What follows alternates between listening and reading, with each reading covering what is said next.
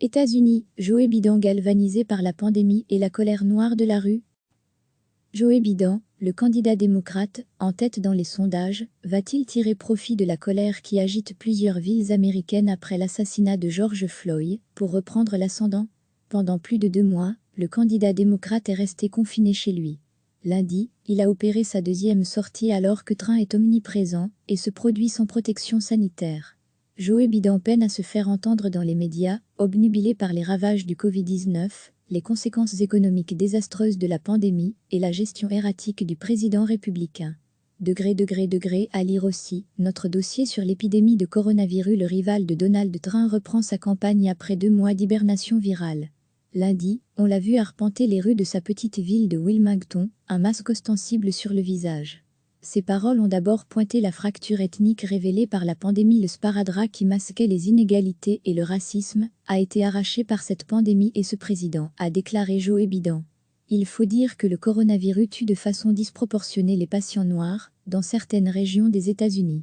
Alors que l'Amérique s'enflamme après la mort de George Floyd, la semaine dernière, à Minneapolis, Joe Biden s'est emparé du sujet du racisme.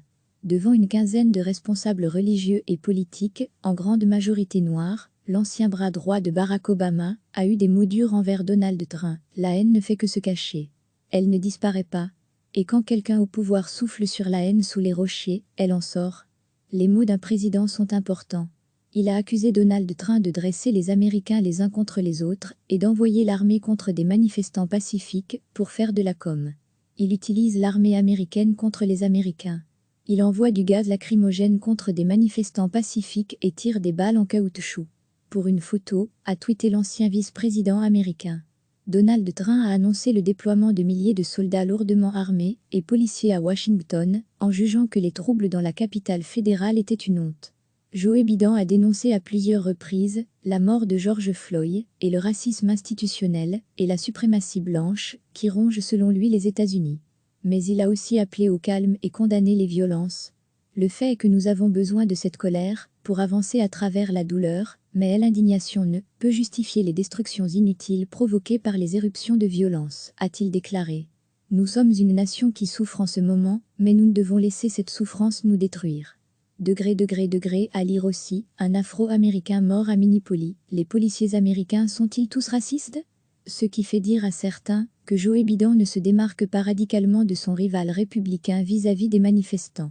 C'est du moins ce que pense Norman Ajari, docteur en philosophie et professeur à l'université de Villanova de Philadelphie. Jusqu'à présent, le candidat démocrate refuse d'embrasser la protestation noire. Au lieu de profiter de l'opportunité pour faire corps avec cette révolte populaire qui, certes porte une parole radicale, mais qui est une parole indispensable à la vie américaine, il décide de condamner les manifestants, il décide de leur faire la morale, de leur faire la leçon, et ce faisant, il les délégitimise, et il fait le jeu de Trump, qui a exactement le même discours, mais dans une version plus musclée.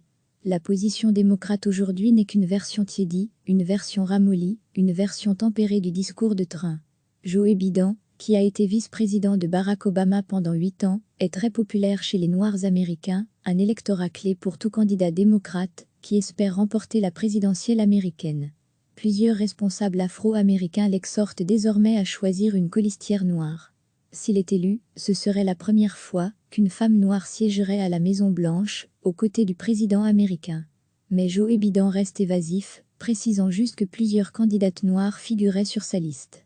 La question qui brûle les lèvres, est-ce que le candidat démocrate va tirer parti de la double crise provoquée par la pandémie et l'assassinat de George Floyd pour consolider son ascendant sur son rival républicain? À première vue, la réponse est oui. Joe Biden dispose de 6 points d'avance sur Trump, voire 8 selon les sources. L'économie s'effondre, avec l'apparition d'une cohorte de 40 millions de chômeurs. Une crise digne de la Grande Dépression se profile.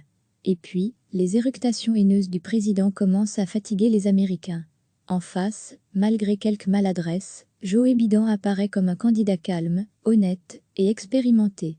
De toute façon, pour Alan Katz, professeur de sciences politiques dans le Missouri, la majorité des Américains se sont déjà fait une religion sur les 2 hommes, et il y a peu de risques qu'ils changent d'avis. Vous avez de 35% à 40% d'Américains qui voteraient Trump même s'il flinguait quelqu'un au beau milieu de la 5e avenue. Et en face, 50% d'Américains ou un peu plus, qui ne voteraient pas pour lui, même s'il annonçait, dès demain, un traitement universel contre le cancer. Quant à Biden, il y a une grande différence avec Hillary Clinton, la rivale démocrate de Donald Trump en 2016 NDLR. Personne n'est Joe Biden, personne n'a peur de lui. Alors qu'en 2016, les républicains qui n'aimaient pas Donald Trump ont fini par voter pour lui, parce qu'ils ne supportaient pas Clinton. Donald Trump est prêt à tout pour discréditer son rival, âgé de 77 ans. Les attaques les plus basses, les plus violentes. Tous les coups sont permis. Un montage photo publié sur Facebook montre le candidat démocrate racrapoté dans une chaise roulante, décrépit, bavant et nourri à la petite cuillère. Mais le vrai talon d'Achille de Biden, c'est son fils, un thé, compromis dans des affaires douteuses en Ukraine et en Chine. Cela pourrait déstabiliser le candidat démocrate, surtout si Vladimir Poutine vole au secours de Trump en lui fournissant des documents compromettants. Quant à l'argument trumpien de la Chine responsable de la pandémie mondiale, il ne risque pas de faire mouche.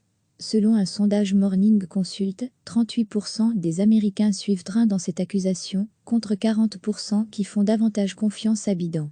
Ce mardi, Joe Biden doit prononcer un discours très attendu à Philadelphie. Il devra trouver un équilibre délicat entre l'empathie envers la minorité afro-américaine, la justesse de sa colère, tout en évitant d'accepter les violences provoquées par cette colère. Joe Biden, le candidat démocrate, en tête dans les sondages, va-t-il tirer profit de la colère qui agite plusieurs villes américaines après l'assassinat de George Floyd, pour reprendre l'ascendant? Pendant plus de 2 mois, le candidat démocrate est resté confiné chez lui. Lundi, il a opéré sa deuxième sortie alors que Trump est omniprésent et se produit sans protection sanitaire. Joe Biden peine à se faire entendre dans les médias, obnubilé par les ravages du Covid-19, les conséquences économiques désastreuses de la pandémie et la gestion erratique du président républicain. À lire aussi, notre dossier sur l'épidémie de coronavirus. Le rival de Donald Trump reprend sa campagne après 2 mois d'hibernation virale. Lundi, on l'a vu arpenter les rues de sa petite ville de Wilmington, un masque ostensible sur le visage. Ses paroles ont d'abord pointé la fracture ethnique révélée par la pandémie. Le sparadrap qui masquait les inégalités et le racisme a été arraché par cette pandémie et ce président, a déclaré Joe Biden. Il faut dire que le coronavirus tue de façon disproportionnée les patients noirs, dans certaines régions des États-Unis. Alors que l'Amérique s'enflamme après la mort de George Floyd, la semaine dernière, à Minneapolis, Joe Biden s'est emparé du sujet du racisme. Devant une quinzaine de responsables religieux et politiques, en grande majorité noirs, l'ancien bras droit de Barack Obama a eu des mots durs envers Donald Trump. La haine ne fait que se cacher. Elle ne disparaît pas. Et quand quelqu'un au pouvoir souffle sur la haine sous les rochers, elle en sort. Les mots d'un président sont importants. Il a accusé Donald Trump de dresser les Américains les uns contre les autres et d'envoyer l'armée contre des manifestants pacifiques pour faire de la com. Il utilise l'armée américaine contre les Américains. Il envoie du gaz lacrymogène contre des manifestants pacifiques et tire des balles en caoutchouc. Pour une photo, a tweeté l'ancien vice-président américain. Donald Trump a annoncé le déploiement de milliers de soldats lourdement armés et policiers à Washington, en jugeant que les troubles dans la capitale fédérale étaient une honte.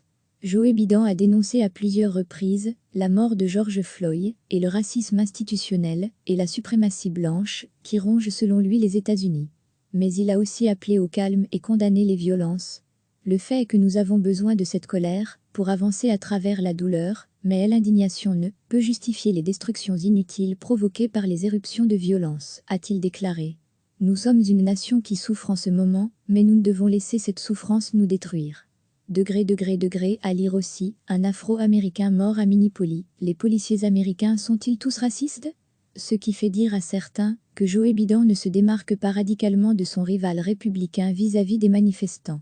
C'est du moins ce que pense Norman Ajari, docteur en philosophie et professeur à l'université de Villanova de Philadelphie. Jusqu'à présent, le candidat démocrate refuse d'embrasser la protestation noire.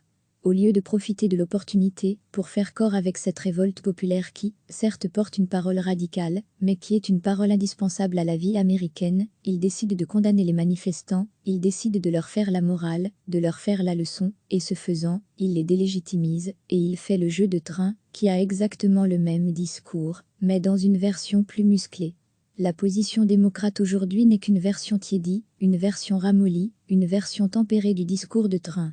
Joe Biden, qui a été vice-président de Barack Obama pendant 8 ans, est très populaire chez les Noirs américains, un électorat clé pour tout candidat démocrate qui espère remporter la présidentielle américaine.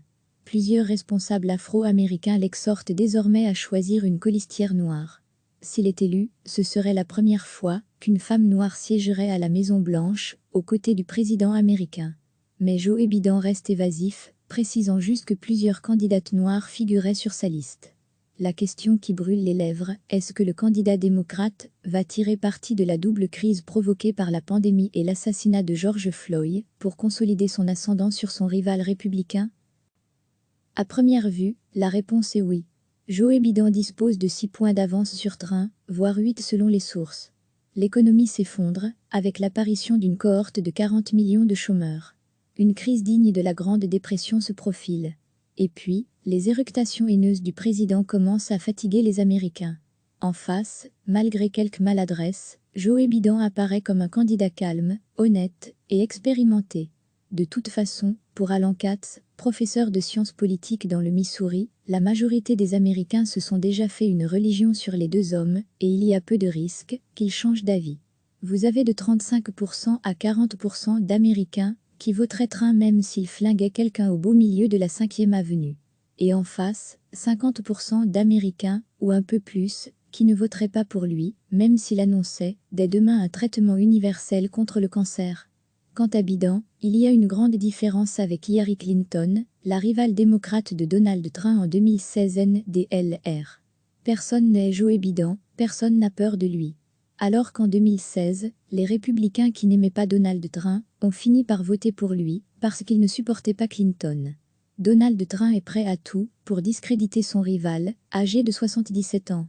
Les attaques les plus basses, les plus violentes. Tous les coups sont permis. Un montage photo publié sur Facebook montre le candidat démocrate racrapoté dans une chaise roulante, décrépit, bavant et nourri à la petite cuillère. Mais le vrai talon d'Achille de Biden, c'est son fils, un thé, compromis dans des affaires douteuses en Ukraine et en Chine. Cela pourrait déstabiliser le candidat démocrate, surtout si Vladimir Poutine vole au secours de Trump en lui fournissant des documents compromettants. Quant à l'argument trumpien de la Chine responsable de la pandémie mondiale, il ne risque pas de faire mouche. Selon un sondage Morning Consult, 38% des Américains suivent Trump dans cette accusation, contre 40% qui font davantage confiance à Biden. Ce mardi, Joe Biden doit prononcer un discours très attendu à Philadelphie. Il devra trouver un équilibre délicat entre l'empathie envers la minorité afro-américaine, la justesse de sa colère, tout en évitant d'accepter les violences provoquées par cette colère. Cliquez sur s'abonner pour recevoir les dernières nouvelles.